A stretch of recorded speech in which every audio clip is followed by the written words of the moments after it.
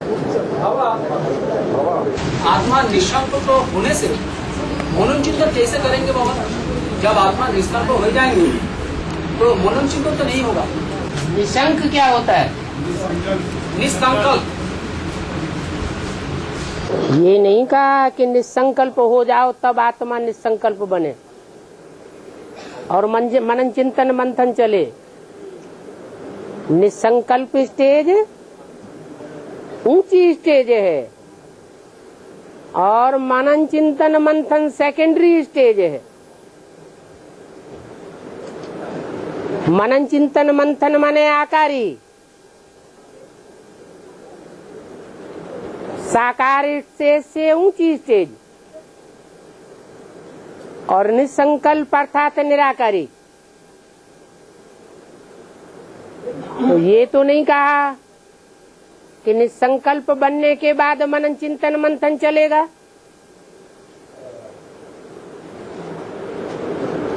निसंकल्प बनने के लिए मनन चिंतन मंथन का पुरुषार्थ करना है। मंथन करेंगे तो बाप का यथार्थ रूप बुद्धि में स्थायी रूप से बैठेगा, नहीं तो निश्चय निश्चय का चक्कर चलता रहेगा। अभी अभी बाप के ऊपर निश्चय आएगा, अभी अभी निश्चय उखड़ जाएगा। मैं जो हूँ, जैसा हूँ, जिस रूप में पार्ट बजाता हूँ, उस रूप पर स्थायी निश्चय बैठाने के लिए मनन चिंतन मंथन की स्टेज में जाना जरूरी है। तब निसंकल्पी स्टेज आवेगी। और हमारा असली मंजिल तो निसंकल्प हुआ, तो उसके लिए मनन चिंतन मंथन की स्टेज से गुजरना पड़े। आत्मा की महीनता क्या है और बाप कितनी महीन स्टेज में है, वहाँ तक पहुँचना पड़े।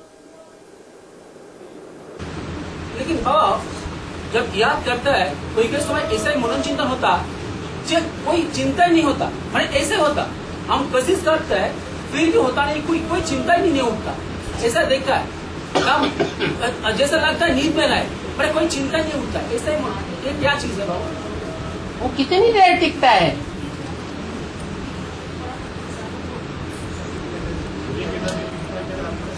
कोई 1 घंटा हो जाता, 1 घंटा निसंकल्प स्टेज हो जाता। ऐसा होता है कि ऐसा होता है, मन में होता है एकदम पार निर्वाण चला गया।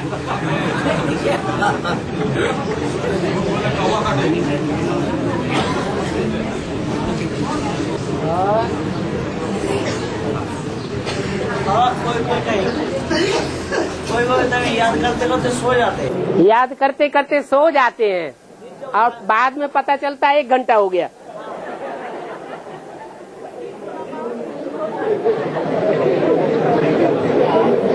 बाद में शरीर फ्रेश हो जाता है।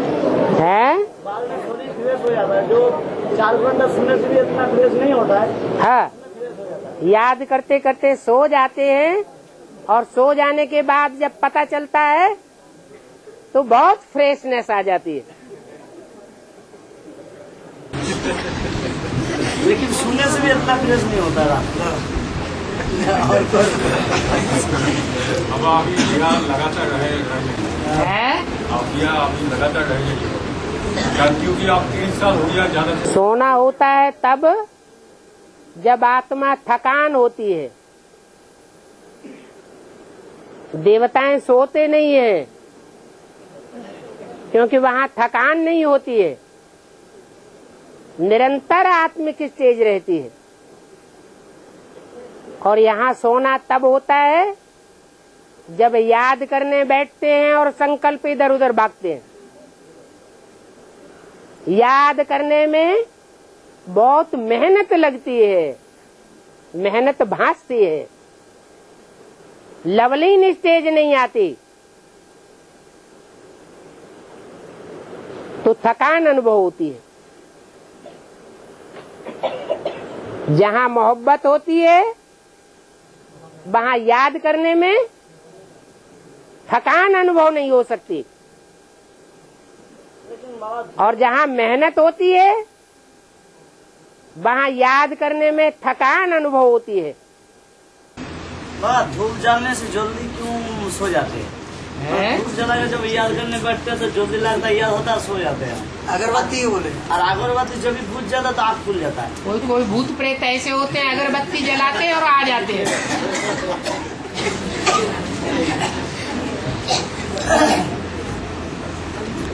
मतलब इस समय प्रवेश कर लेता है क्या?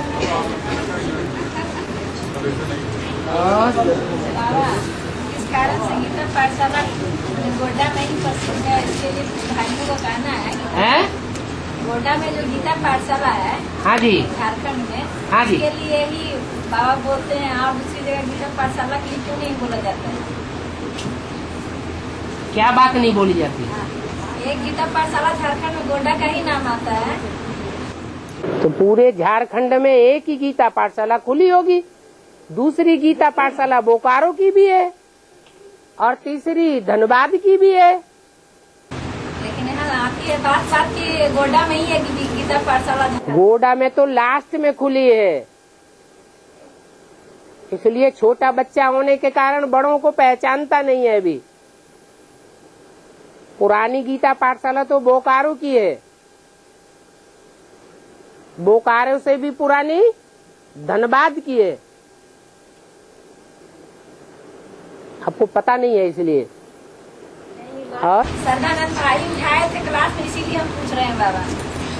सरदानंद भाई जानते नहीं है कि धनबाद झारखंड में है कि अब बिहार में है? धनबाद और बोकारो अब बिहार में नहीं है, झारखंड में चले गए। गीता पाठशाला नहीं है, कहीं भी गीता पाठशाला नहीं है, गोड्डा में ही है, इसीलिए उस एरिया में कहीं नहीं है। जो झारखंड का पश्चिमी इलाका है उस एरिया में गोड्डा में ही अभी 3-4 साल से गीता पाठशाला है। पुराने लोग नए बच्चों का उमंग उत्साह बढ़ाने के लिए कहीं कुछ बोल देते हैं, ऐसे ही बोल दिया होगा। और गीता माता का नाम ओरिजिनल कौन सा है? गीता माता का नाम ओरिजिनल कौन सा है? गीता माता का नाम ओरिजिनल कौन सा है? कुछ नहीं। असली नाम गीता माता क्या है? गीताएं 2 हैं। एक गीता जिसके दिल पर शिव की छाप है और एक गीता जिसके दिल पर कृष्ण उर्फ ब्रह्मा की छाप है।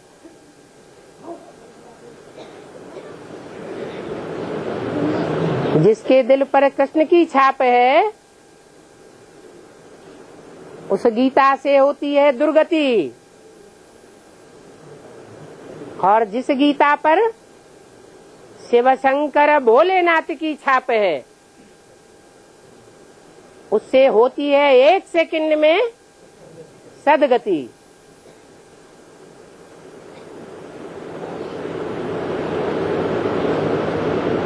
बाकी ओरिजिनल नाम क्या है वो तो अव्यक्त बाप दादा कई बार बता चुके हैं कि बाप दादा बोर्ड पर नहीं लिख करके बतावेंगे या कागज पर लिखकर नहीं बतावेंगे कि किसका क्या पार्ट है। अपनी अपनी चलन से,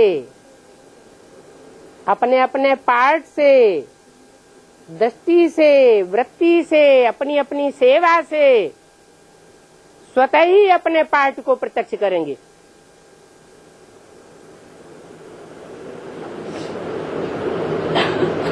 $500 करोड़ का पार्ट पूछ पूछ करके नहीं बताया जा सकता।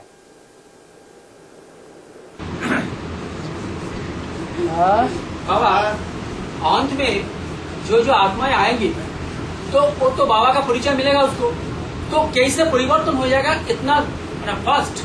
बाबा आज के मूल्य में कैसे कहा, बहुत जल्दी से परिवर्तन हो जाएगा। कि कैसे परिवर्तन होगा बाबा? वो तो पुरुषार्थ करने का समय उसको मिलेगा नहीं,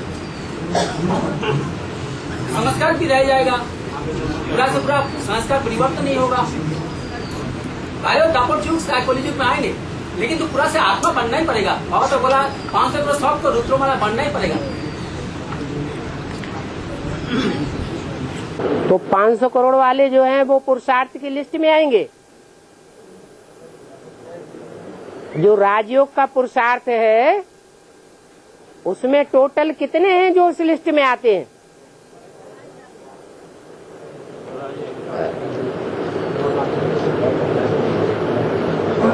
इसमें 500 करोड़ को कहां से ला दिया? आपको तो ले जाएंगे ना बाबा, बाप ले जाएंगे। हाँ, बाप ऊपर जाएंगे तो 500 करोड़ भी आत्मा को राजयोग की स्टेज में ले जाएंगे। आत्मा बन के ही तो जाना पड़ेगा, पवित्र होकर ही जाना पड़ेगा। धर्मराज की सजा से ले जाएंगे या पुरुषार्थ करके जाएंगे? क्या अगड़म बगड़म पूछते हो? बाबा वो जो 33 करोड़ आत्मा का हम लोग जो 23 करोड़ आत्मा जो परमधाम में ज्यादा दिन तक रहेंगे, हाँ जी, वो आगे किस रूप में आगे आएंगे? मतलब वो डायरेक्ट दुनिया में आएंगे या रापोस के बाद आते रहेंगे धीरे धीरे? त्रेता के अंत तक टोटल आबादी होती है 8-10 करोड़। 33 करोड़ है देवात्माओं की संख्या, जो पहले जन्म से उतरना शुरू होती है और 84वें जन्म तक उतरती रहती है। सिर्फ देवता धर्म की आत्माएं नहीं, हर धर्म की आत्माएं जब से उतरना शुरू होती हैं तो अंतिम जन्म तक, कलयुग के अंत तक उतरती रहती है। कोई धर्म की आत्मा बीच में आना बंद नहीं होती।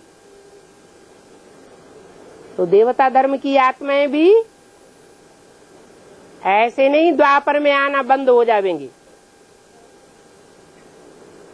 8 करोड़ आत्माएं उनमें ऐसी हैं जो शरीर से जीवन मुक्ति का अनुभव करेंगी अनेक जन्मों तक। बाकी 23 करोड़ ऐसी हैं जो सिर्फ एक जन्म में जीवन मुक्ति का अनुभव करेंगी, बाकी जीवन बंध में आ जाएंगी। वो सब आत्मा जो अभी लास्ट तक आ रहे, वो क्या जैसे अभी बहुत नाम वाला है वो रामदेव है, वो सब है क्या? वो सब नई नई आत्माएं आ रही है। जो नई आत्मा आती है उसका नाम बाला हो जाता है। जो पुरानी आत्मा होती है तमो प्रधान होने के कारण कितना भी कुछ पुरुषार्थ करे तो भी जल्दी उसका नाम बाला नहीं होता है। और बाबा जगन्नाथ, सुभद्रा, बलराम, जगन्नाथ तुलसी आत्मा का पाठ है और सुभद्रा और बलराम तुलसी आत्मा का पाठ है। तुलसी आत्मा है कोई बोलता है जगन्नाथ शिव बाबा का पाठ है, शिव बाबा का पाठ है। जगन्नाथ राम की आत्मा का पाठ है। बलराम किसका पाठ है? शिव बाबा जगत का नाथ बनता है? बनता है या बनाता है? फिर जिसका नाम शिव है उसको कोई आस है? उसको तो कोई आस नहीं है। हम बच्चों की आस है,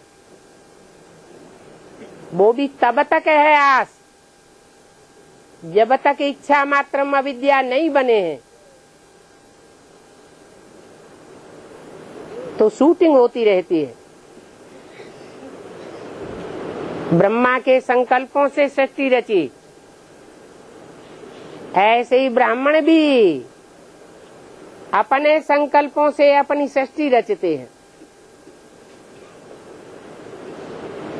बाकी इस विनाशी दुनिया में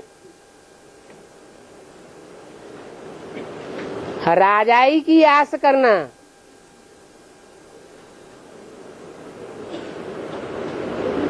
और इच्छा मात्रम अविद्या होना, कितनी विरोधी बातें हैं।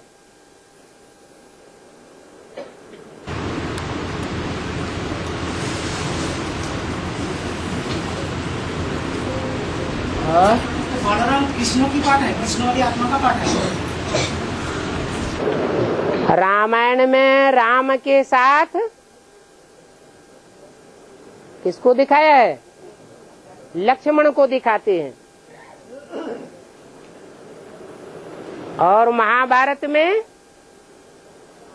कृष्ण के साथ बलराम को दिखाते हैं। ये दो ही षष्ठी रूपी गाड़ी के पहिए हैं जो अरस परस पार्ट बजाते रहते हैं।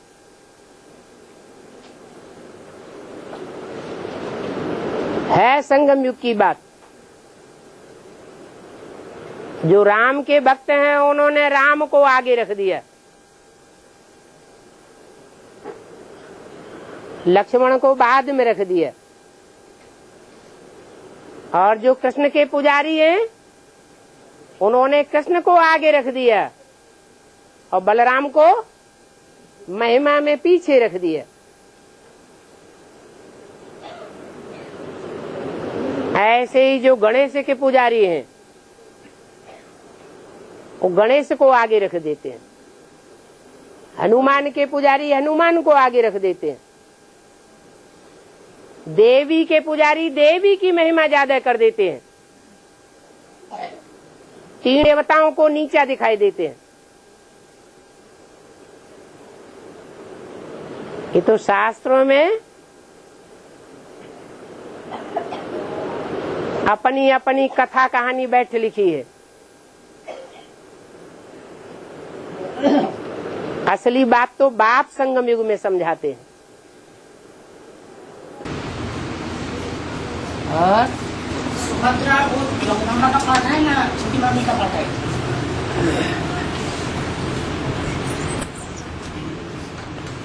जो जगतनाथ है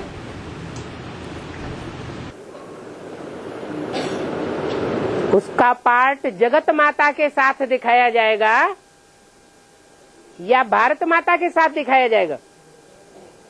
है जगत माता के साथ दिखाया जाएगा। जगन्नाथ का कनेक्शन रुद्रमाला से है या विजयमाला से है? रुद्रमाला से है, तो रुद्रमाला में ही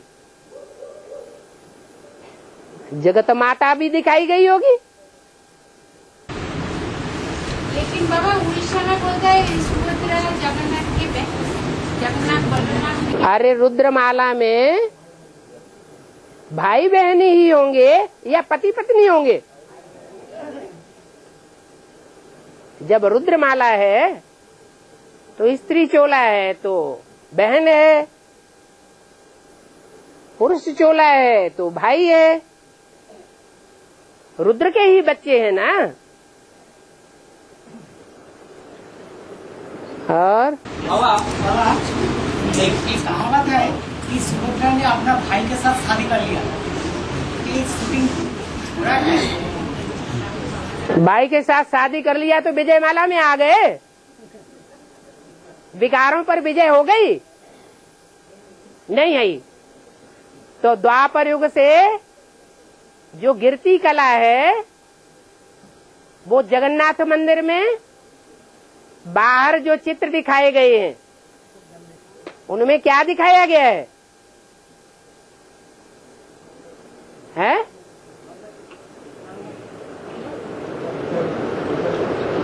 जैसा चरित्र वैसे ही चित्र बनाए जाते हैं। और हाँ, मूली में तो कहा है, पहले मूली सुना है, उसका बोला है वो असली गंदे चित्र नहीं है, उसका आंख पर देखो। बाबा ने ऐसा बोला तो उपराम स्थिति में रहा है, तो ऐसा बोला तो उड़ीसा सरकार क्यों वहाँ पर रखता है गंदा चित्र? गणनाथ, जगन्नाथ मंदिर और ये एलिफेंटा, इलोरा, अजंता, ऐसा ही बाबा बोला है, सुना है। असली गंदे चित्र नहीं है। तो अजंता एलोरा में किसने बताए गंदे चित्र है?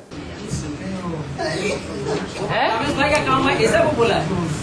अजंता एलोरा में तो गंदे चित्र नहीं है। कहाँ से ऐड करते जा रहे हैं?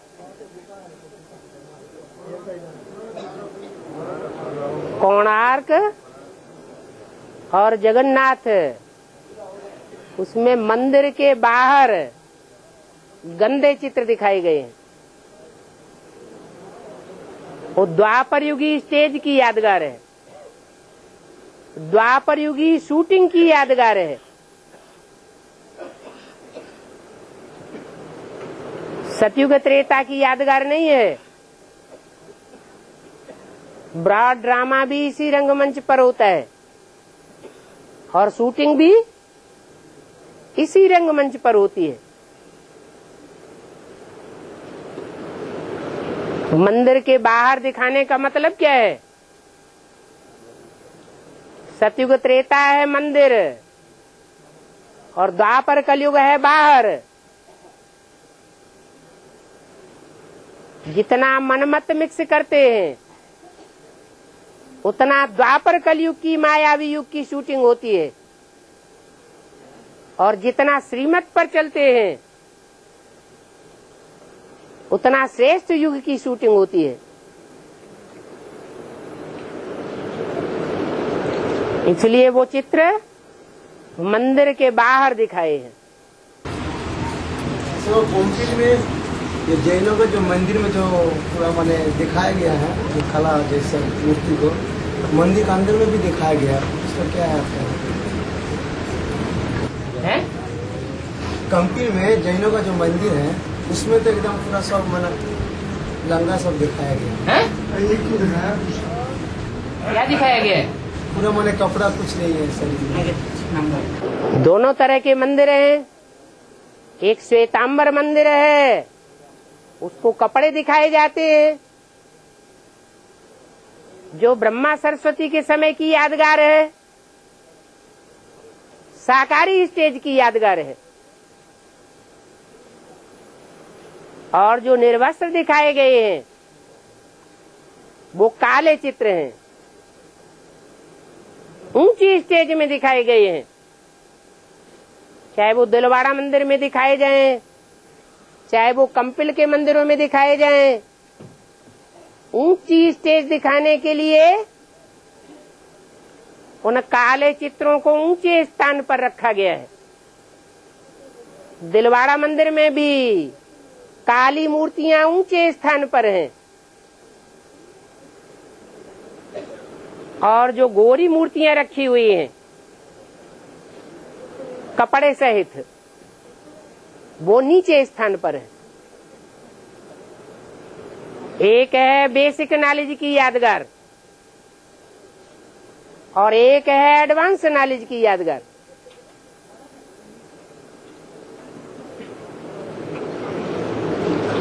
एडवांस नॉलेज में बंदरों की सेना है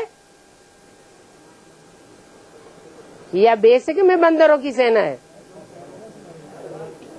तो काले मुंह वाले कहाँ दिखाए जाएंगे? और बाबा क्या ईमेल का पॉइंट है ये 2004 से 2021 से प्रैक्टिकल स्थापना और प्रैक्टिकल विनाश, और 2021 से 2036 तक पंचम काया बनेंगे। 2021 से 2036 का उस टाइम में सभी को घर पे ढकना पड़ेगा। राष्ट्रपति के अलावा कहाँ से निकाले 31 से लेके 37 तक? ईमेल का पॉइंट है 21 से 2021 से कंचन काया बनेगी, बर्फ में ढकेंगे ना, बर्फ में ढकेंगे। ये बनेगी, ये पॉइंट है, बर्फ में ढकेंगे, ये मेरा है। कंचन क्या कैसे बनेंगे? कंचन काया पुरुषार्थ से बनेंगे। लगातार निराकारी स्टेज रहेगी तो निसंकल्प स्टेज रहने से शरीर के अंदर बीमारी के बीज ही खत्म होने लगेंगे, निरोगी काया बनती जाएगी।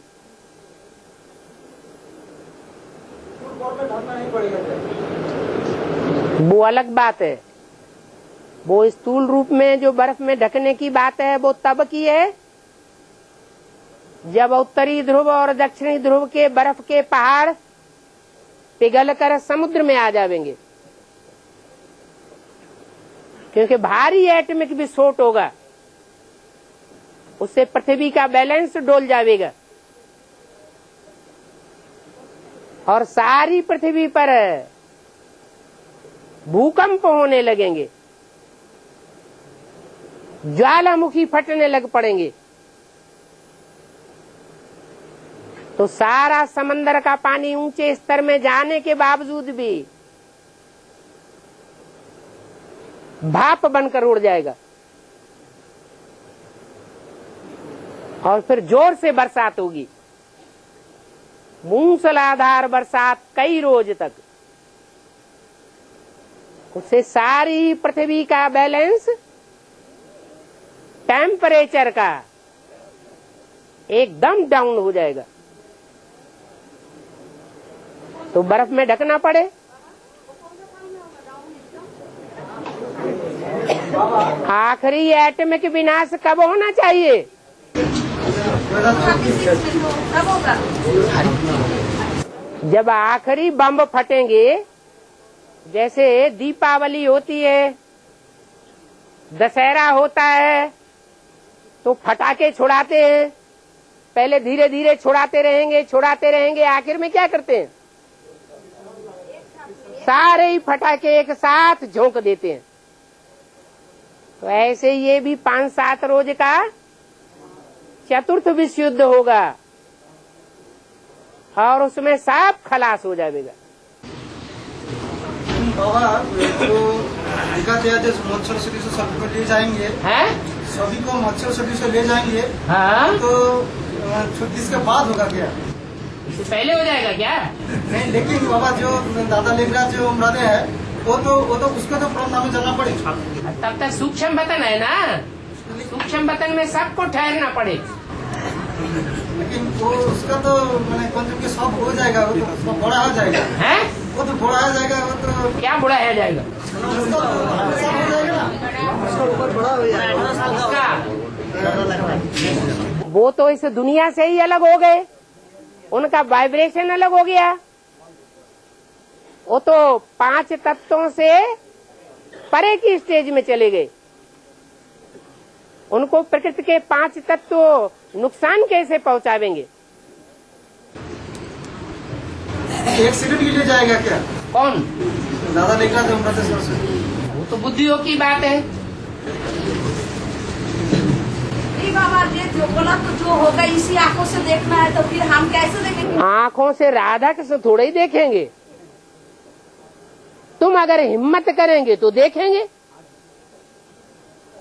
भक्ति मार्ग को त्याग करने की, भक्ति मार्ग के संस्कार अगर खत्म करने की हिम्मत करेंगे तो भक्ति मार्ग मुर्दाबाद करने वाले ज्ञान मार्ग जिंदाबाद की स्टेज में पहुंचेंगे, नहीं तो नहीं पहुंचेंगे। बाबा हाँ। तो मैं बोला है जो सतयुग में जो 9,16,108 36 का बाद होगा। हैं? 9,16,108 का सिर्फ 9 लाख होगा। कहाँ? 2036 के बाद हाँ। सतयुग में हाँ। 9,16,108 होगा ना, सिर्फ 9 लाख होगा। सतयुग का फाउंडेशन कब से पड़ता है? 2036 के बाद। राधा कृष्ण का जन्म हुआ और फाउंडेशन तो पड़ता है, लेकिन 9,16,108 संपन्न स्टेज को सब नहीं पहुंचते। वो स्टेज पहुंचने में उनको 2036 चाहिए। उसमें भी 2 प्रकार की आत्माएं होंगी, पापात्माएं और पुण्यात्माएं। लेकिन बाबा जो बोला जो सतयुग के जो राजधानी होगा 36 के बाद, तो दादा लेखराज उस समय प्रजा कितना होगा? 9 लाख होगा क्या? और कौन? वो सारी बातें यहाँ की हैं, संगम युग की। सतयुग की बातें नहीं है और सतयुग की कोई हिस्ट्री नहीं है किसी के पास।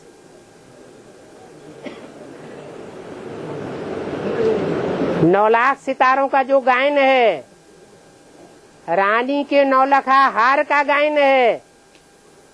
वो कौन सी युग की बात है? संगम युग की बात है। हाँ, 4.5 लाख आत्मा जो बर्फ के अंदर में दाबेंगे तो माउंट आबू के अंदर ही दाबेंगे ना। इसका प्लेस तो माउंट आबू ही होगा ना। जो बर्फ पिघलेगी वो सिर्फ माउंट आबू में ही पिघलेगी, और भाप बन करके जो समंदर का पानी उड़ेगा वो सब माउंट आबू में ही बरसात होगी। सारा दुनिया में तो पानी नहीं जाएगा। सारा दुनिया में तो पानी पानी नहीं जाएगा। सारा दुनिया में पानी पानी हो जाएगा। जम्बू द्वीप बचेगा या नहीं बचेगा? जहाँ ऊंचा ऊंचा है, अच्छा, ऊंचा ऊंचा द्वीप जहाँ जहाँ है वहाँ बचेगा। तो हिमालय पहाड़ से भी ऊंचा कोई है? हाँ जी। और बाबा, आदि में जैसे गांधर्व विवाह हुआ तो आदि से गांधर्व विवाह हुआ तो अभी की गांधर्व विवाह अंत में ऐसे ही होगा। गांधर्व विवाह अभी अभी कैसे में सुना, गांधर्व विवाह अंत में भी ऐसे भी होगा। तो गांधर्व विवाह ऐसे होगा तो गांधर्व विवाह क्या बाबा, चीज क्या है? गंधर्व विवाह की आस लगाए बैठे। वो चीज क्या बाबा? जो विदेशी और विधर्मी धर्मखंड हैं, वहाँ जो भी कुमार कुमारी होते हैं वो अपनी सगाई और अपने जोड़े अपने आप तैयार करने की बुद्धि चलाते हैं। और भारतवर्ष में माता पिता के ऊपर छोड़ते हैं। ये शूटिंग भी कहाँ होती है? हैं? यहाँ संगम युग में ही हम ब्राह्मणों के अंदर ये शूटिंग होती है। जो दूसरे धर्म की आत्माएं हैं वो पहले से गुनताड़ा बजाती हैं कि हमारा संगी साथी कहाँ होगा, कैसे होगा, ढूंढ निकालें जल्दी से। और जो स्वदेशी होते हैं वो अपने पुरुषार्थ में मस्त रहते हैं। हमारे बाप का नाम बाला कैसे हो।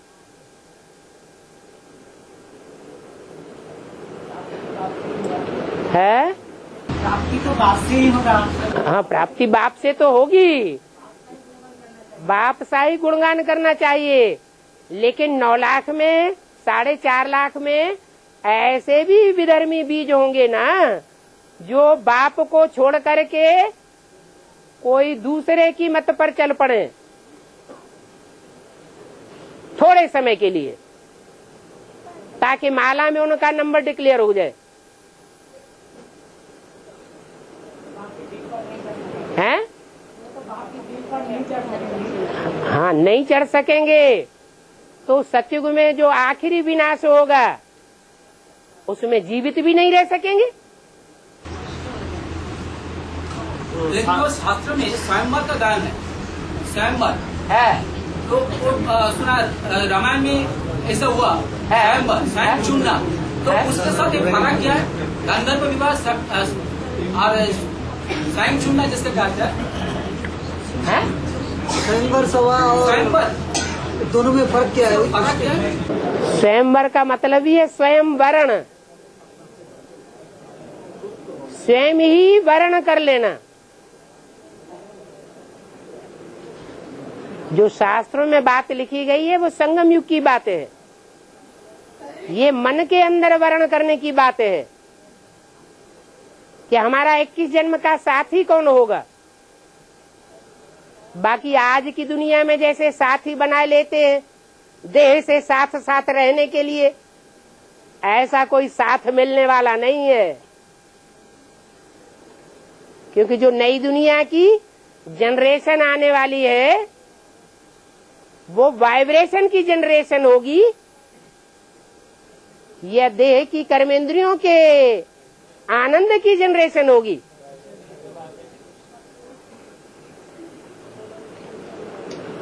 अभी तो इच्छा मात्रम अविद्या होना है।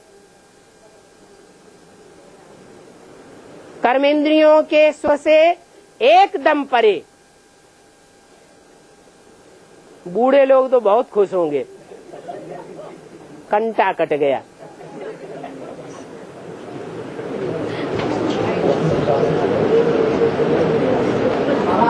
नौजवान लोग कहेंगे ये कहाँ की मुसीबत आ गई।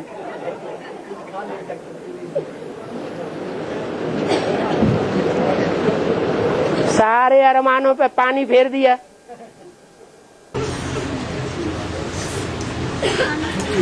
बाबा जोगो के आदि में गीता माता ने पहले शरीर छोड़ा, न राधा बच्ची ने पहले शरीर छोड़ा।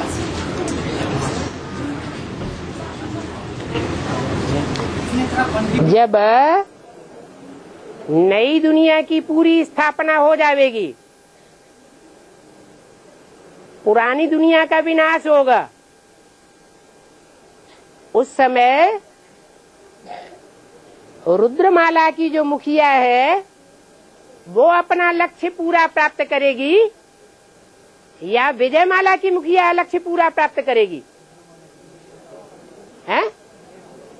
विजयमाला की मुखिया नारी से लक्ष्मी बनने का लक्ष्य पूरा प्राप्त करेगी। जो पूरा लक्ष्य प्राप्त करेंगे, नर से नारायण बनेंगे, नारी से लक्ष्मी बनेंगे, वो संतुष्ट मणि की लिस्ट में जावेंगे। स्वयं भी संतुष्ट होंगे और अपनी प्रजा को भी संतुष्ट करेंगे। और जो यहाँ असंतुष्ट रह जाते हैं, भले परसेंटेज में सही, उनको फिर शरीर छोड़ना पड़े। अंत में जैसा है वैसा ही आदि में है।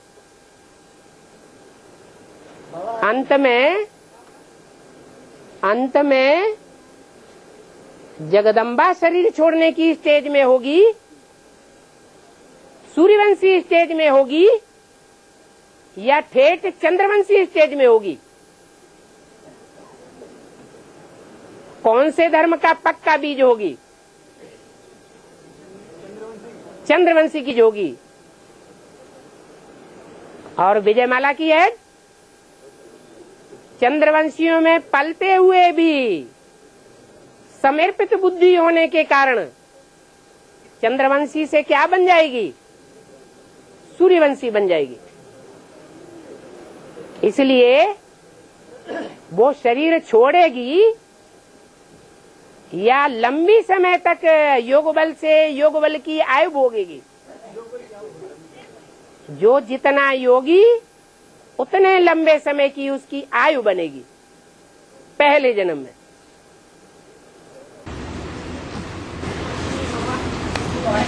बाबा तो जोगो के आदि में है, जोगो के आदि में राधा बच्ची के द्वारा जब जोगो का संचालन चल रहा था तो उस समय शिव बाबा कहाँ थे? शिव बाबा किसके अंदर में देवा कहाँ थे? अम्मा को भूल गए। जगदम्बा तो छोड़ दिया पहले बोले। जगदम्बा ने शरीर छोड़ दिया, ये तो तुमने अनुमान लगाया। कोर्स में बोलते हैं पहले कोर्स में त्रिमूर्ति का कोर्स में बताया जाता है पहले जगदम्बा से। त्रिमूर्ति का कोर्स बाद में, पहले तो मुरली है। मुरली में बोला है जब पाकिस्तान बना तो तुम्हारा जन्म भी हुआ। इसका मतलब पाकिस्तान का जो फाउंडेशन पड़ा है, जो अजमेर का मॉडल बना है,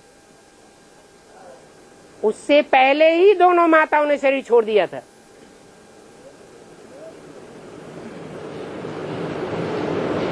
ये जरूर है, एक ने पहले शरीर छोड़ा होगा, एक ने बाद में शरीर छोड़ा। तो उसके बाद ही तो ब्रह्मा बाबा के, उसके बाद ही तो दादा लेखराज के अंदर में प्रवेश होता होगा। हाँ जी, हाँ जी।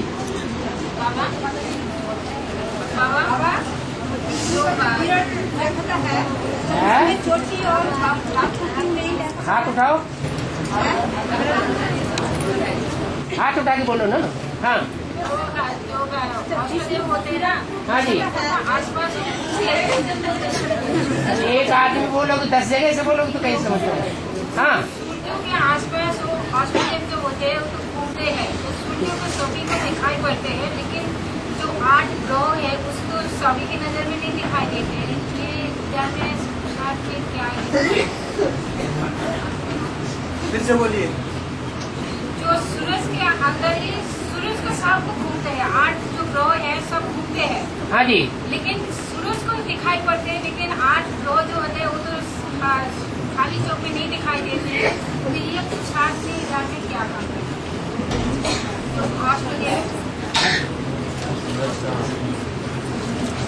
समझ में नहीं आया। समझ तो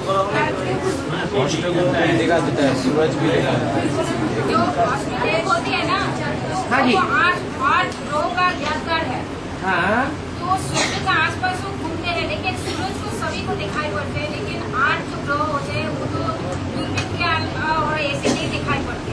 अरे ये शुक्र तारा दिखाई नहीं पड़ता क्या? बुध तारा दिखाई नहीं पड़ता क्या? ये क्या बात हो गई? खाली आंखों में क्यों? वो चश्मा लगाएंगे तभी है। नहीं, वैसे ही दिखाई देते हैं। वो बोल रहे हैं, उनके बोलने की क्या, उन्हें पता ही नहीं है। इन स्थूल नेत्रों से भी वो स्थूल ग्रह नक्षत्र दिखाई देते हैं। और देखना पड़ेगा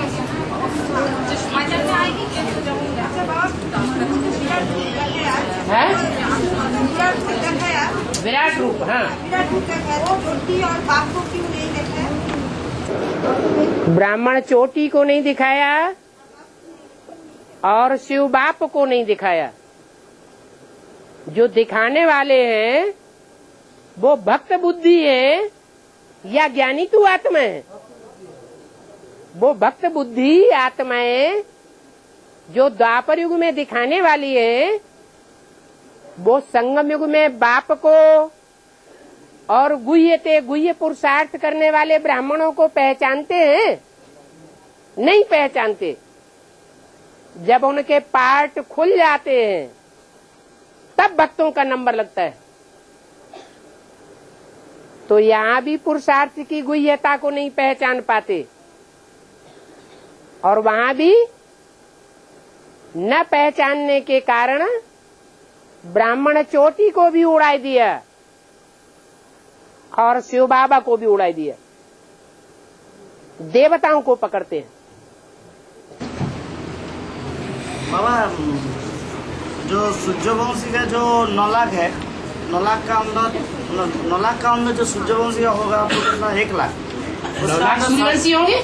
9 लाख टोटल के अंदर है। टोटल 9 लाख का अंदर सूर्यवंशी होगा 1 लाख। टोटल 9 लाख का अंदर सूर्यवंशी होगा 1 लाख। उसका अंदर मतलब आधा उधर का आधा इधर का, मतलब चंद्रवंशी आधा 50,000। हाँ जी। 50,000 का अंदर भी जो हाफ होगा इधर का, मला का अंदर 25,000। 25,000 की पूरा बाप का मतलब आदेश में चलेगा है? पूरा बाप का कदम में कदम रख के चलेंगे। पूरा बाप के कदम पे कदम रखने वाले तो नंबरवार 8 ही होंगे, उनमें भी नंबर होंगे। जो आदि से अंत तक आखिरी जन्म को छोड़ करके कदम पर कदम रख करके चलते हैं, उनकी संख्या कितनी है? 8 है। नहीं तो माया सबको हिलाती रहती है। हाँ, 39 कैसे लाइन है, बाबा इनमें प्रवेश करते हैं फिर बाद में साक्षात्कार लगाते हैं। बाबा इनमें प्रवेश करते हैं फिर बाद में साक्षात्कार। तो इनमें माना ज्यादा लिखता है, बाबा में प्रवेश करते हैं। इनमें माने दोनों में, राम में भी और कृष्ण में भी। साक्षात्कार करना और प्रवेश करना अलग बात है। वो तो अलग अलग है ही बातें दोनों। जब प्रवेश करते हैं तो मुरली चलाते हैं और जब साक्षात्कार होता है तो मुरली थोड़ी चलाते हैं। और एक बात समझ में नहीं आया, जब राधा कृष्ण 18 साल में जन्म लेगा तब तो पहले सुने थे जो सपने देखेगा, मतलब बाहर का दुनिया अंदर जो है तो सब देखेगा। सब देखेगा। पहले घर वाले नहीं देखेंगे जन्म होने वाले बच्चों को, पहले सब देख लेंगे। ब्राह्मण परिवार का बात ही कह रही हूँ। हाँ, ब्राह्मण परिवार में भी एक धर्म की बीज रूप आत्माएं हैं या अलग अलग अनेक धर्मों की बीज रूप आत्माएं हैं? तो अलग अलग धर्मों की जो बीज रूप आत्माएं हैं वो भी देखेंगी। ये तो हमें पता ही नहीं था। नहीं, लेकिन बेसिक में जब थे तो तब अब बेसिक में थे तब ऐसे बताया जाता है। पीपल के पत्ते में जब राधा कृष्ण जन्म पीपल के पत्ते में जो राधा कृष्ण आता है वो बात है बुद्धि से समझने की। पीपल का पत्ता माने बहुत हल्की नवैया, माना जगदम्बा, जिसके लिए इशारा दिया मेरे साथ रहने वाले बच्चे भी मेरे को नहीं पहचान पाते, बहुत हल्की नवैया है। और वो संसार सागर में पड़ी हुई है। जितना बड़ा जहाज होता है तो डूबने की संभावना कम होती है, और छोटा जहाज होता है, छोटी नवैया होती है, तो अगर तूफान आवेंगे तो डूबने की संभावना जास्ती होती है। लेकिन बाप गारंटी देते हैं ये पीपल की नवैया हिलेगी डुलेगी लेकिन डूबेगी नहीं, क्योंकि उस पर कृष्ण बच्चा विराजमान है। तो वो यहाँ समझने की बात है। वो पार्ट शूटिंग पीरियड में पहले से ही चल रहा है। वो जन्म की बात स्थूल जन्म की बात नहीं है। स्थूल जन्म की कोई भी बातें जो राधा कृष्ण का स्थूल जन्म होगा उसकी बातें सत्युग वो शास्त्रों में है क्या है? उसकी बातें शास्त्रों में नहीं है। शास्त्रों में जो भी राधा कृष्ण और कंस की बातें हैं, कंस और कृष्ण की बातें हैं, वो अभी संगम युग की बातें हैं, बुद्धि से समझने की, प्रैक्टिकल जन्म की बातें नहीं है। मिक्स नहीं करना चाहिए। कोई भी पार्ट एक जैसे नहीं चलता, पार्ट बदलना है आगे बढ़ाने लिए। अभी ये मधुबन और दबासना सब शिवालय है। मानो तो देवी, न मानो तो पत्थर। तो गीता पाठशाला है, गीता पाठशाला में गीतापति भगवान दिखाई पड़ता है। जिनको दिखाई पड़ता है वो उसके डायरेक्शन पर चलते हैं, जिनको नहीं दिखाई पड़ता है वो फिर मनमानी करते हैं। गीता पाठशाला का मतलब ही है लक्ष्मी नारायण का मंदिर। जो भक्ति मार्ग में लक्ष्मी नारायण के मंदिर होते हैं उनमें बाहर से आने वालों की भी भावना कितनी गहरी होती है, अंदर वालों की भी बहुत श्रेष्ठ भावना होती है। कितना पवित्रता का भव्य वातावरण होता है। इसलिए बोला गीता पाठशाला का नक्शा भी ऐसा बनाना है जैसे मिनी मधुबन। पार्ट बदलना है आगे बढ़ने लिए, बदलने का कुछ कनेक्शन है। कोई भी पार्ट एक जैसा नहीं चलता, बदलना है आगे बढ़ने लिए है? तो बदलना का कुछ डायरेक्शन। बदलने का ही तो सारा डायरेक्शन और है क्या मुरली में?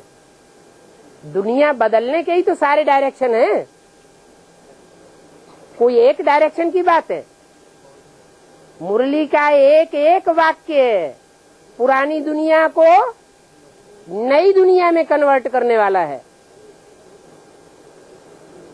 और सत्ययुग राधा कृष्ण कब जन्म लेगा? 18 साल में ना है? सत्ययुग का जो राधा कृष्ण जन्म लेगा 18 साल में, तो वही कौन कौन देखेगा? वही पूछ रही हूँ ना मैं। हाँ, कौन कौन देखेंगे? कौन कौन देखेंगे? जब बच्चा जन्म होता है तो मोहल्ले वाले, पड़ोस वाले, गांव वाले, जिला वाले, जनपद वाले पहले देखते हैं स्टेट वाले पहले देखते हैं या घर वाले देखते हैं? हम घराने में नहीं है, तुम्हारे अंदर क्यों संकल्प ऐसा आया है? जैसा संकल्प का बीज बोएंगे संशय बुद्धि विनश्यते। हम ऐसे आएंगे कि नहीं आएंगे? ये नहीं आएंगे का नेगेटिव संकल्प कहाँ से आ रहा है? आप बोल रहे हैं आप अभी जो बोल रहे जो देख सकेंगे देखेंगे, सब फसल सब धर्म की देखेंगे। कोई पूछ नहीं देता 18 साल में तो हम देखेंगे नहीं है क्या? हम तो घर तो वो तो नहीं देखेंगे। ये नेगेटिविटी आप बोल रहे हैं ना। क्वेश्चन माने नेगेटिविटी। ये नेगेटिव संकल्प कहाँ से आता है?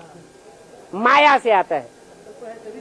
माया रावण चलाता है नेगेटिव संकल्प, या माया रावण के संग वाली जो आत्माएं हैं वो नेगेटिविटी पैदा करती हैं।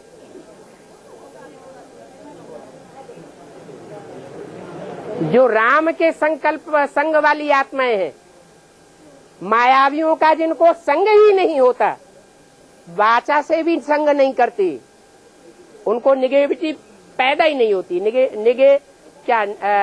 नकारात्मक भाव।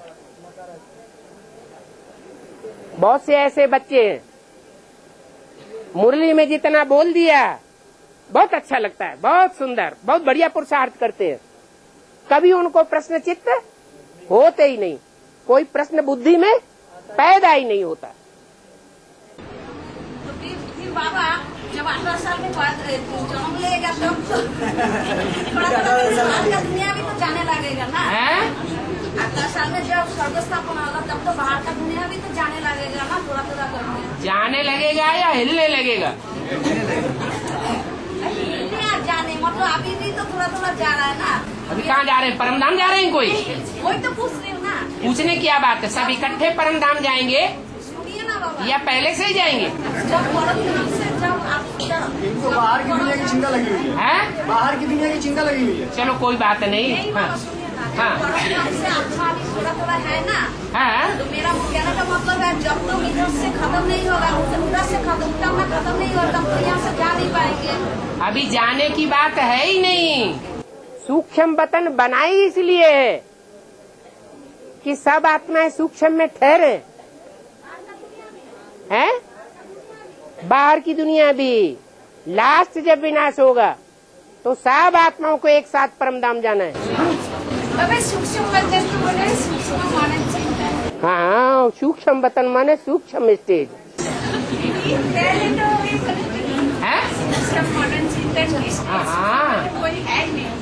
कोई है नहीं, कोई स्थान है क्या? आत्मा की ऊंची स्टेज ही सूक्ष्म वतन है। उसमें भी 3 तबक्के हैं। ब्रह्मा के स्टेज का मनन चिंतन मंथन जो बेसिक नॉलेज वालों का ही होगा।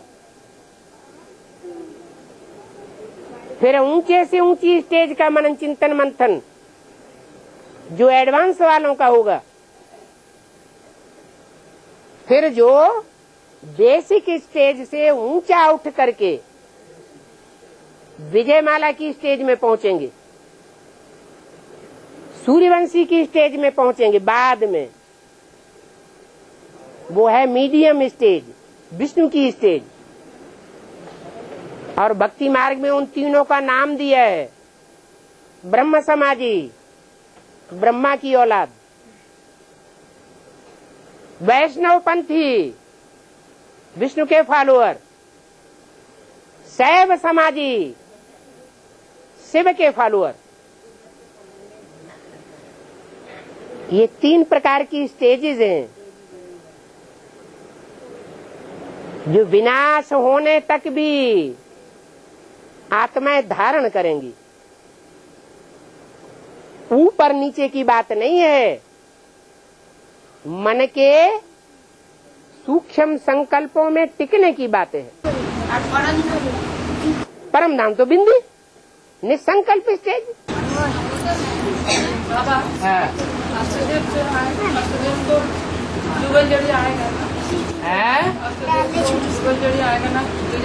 जो जोड़ी बनती है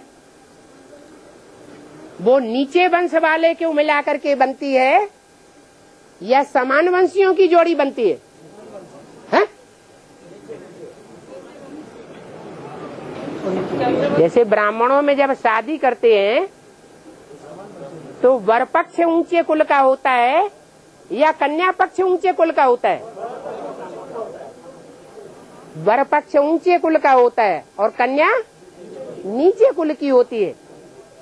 तो ऐसे ही रुद्रमाला के जो अष्टदेव हैं वो दो कुलों से हैं या एक ही सूर्यवंश से हैं? दो कुल से हैं।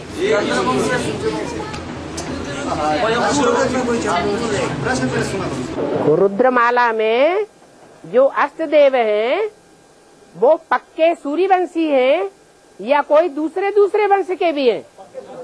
पक्के सूर्यवंशी हैं। उनकी जोड़ी कहाँ से आ गई? हाँ, भाई बहन कह सकते हैं, भाई भाई कह सकते हैं। सुभद्रा को और जगन्नाथ को भी जोड़ी दिखाया है क्या? वो भी दोनों रुद्रमाला के मणके हैं, भले एक वंश के पक्के नहीं हैं। पक्के हैं क्या? जगन्नाथ हट्टी सूर्यवंश का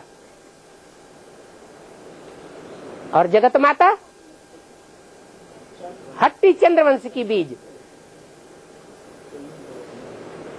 तो रुद्रमाला के मणके दोनों हैं, इसलिए भाई बहन है। भाई बहनों की जोड़ी बनाने की बात बुद्धि में ही नहीं आनी चाहिए। और वो पॉइंट क्लियर नहीं हुआ, थोड़ा रुको।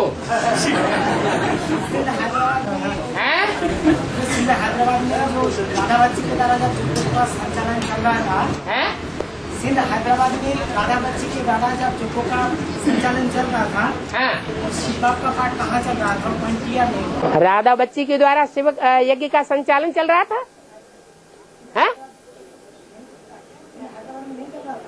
राधा बच्ची के द्वारा, राधा बच्ची के द्वारा जब गीता माता शरीर छोड़ देती है उस समय ब्रह्मा की सोल उसमें शिव का प्रवेश ही होने लगता है। राधा में कभी भी प्रवेश नहीं दिखाया जा सकता। वो विष्णु है। विष्णु संपन्न स्टेज को कहा जाता है, जो प्रैक्टिकल संपन्न स्टेज पार्ट बजाने वाला है।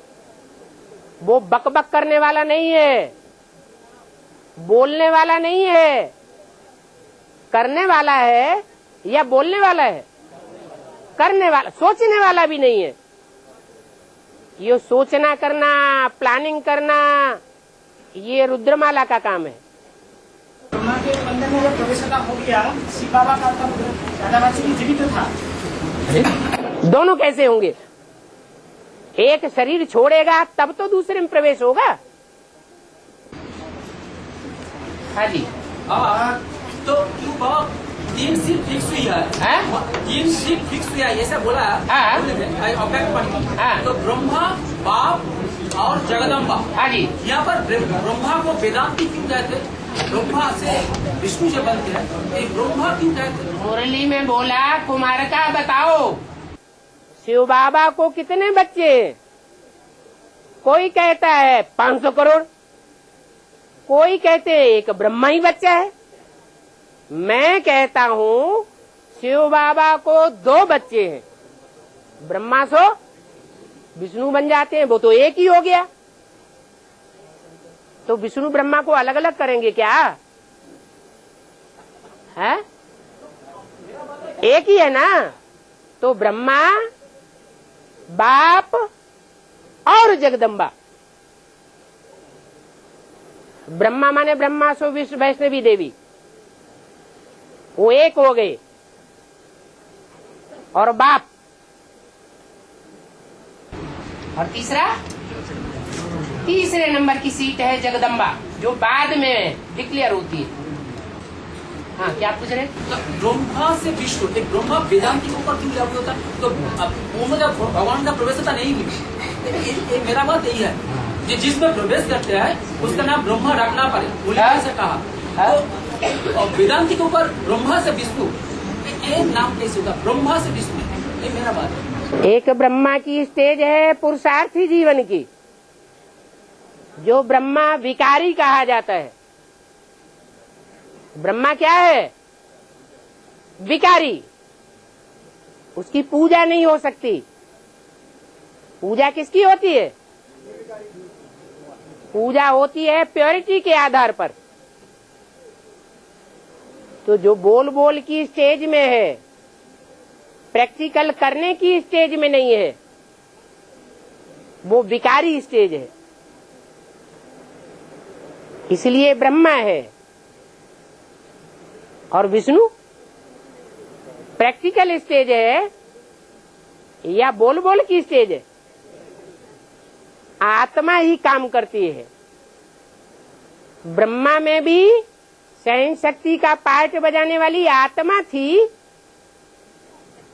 या शरीरधारी था? कौन सी आत्मा थी? शिव की आत्मा थी।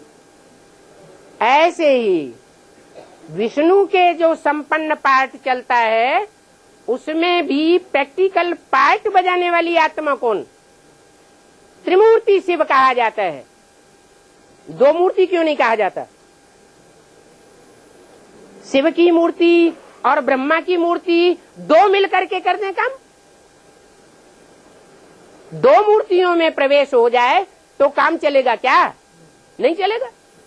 हाँ, दो मूर्तियों में, एक में बोल बोल का पार्ट, कथनी का पार्ट, मनन चिंतन का पार्ट नहीं,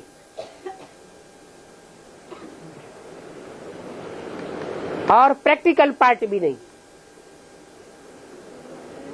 वो ब्रह्मा का पार्ट। दूसरी मूर्ति कथनी भी है और मनन चिंतन मंथन भी है, प्लानिंग भी है नई दुनिया की, लेकिन प्रैक्टिकल गुप्त है। क्योंकि बाप गुप्त होकर के आते हैं। प्रत्यक्ष होकर आते हैं या गुप्त होकर आते हैं? गुप्त होकर के आते हैं। और तीसरी मूर्ति है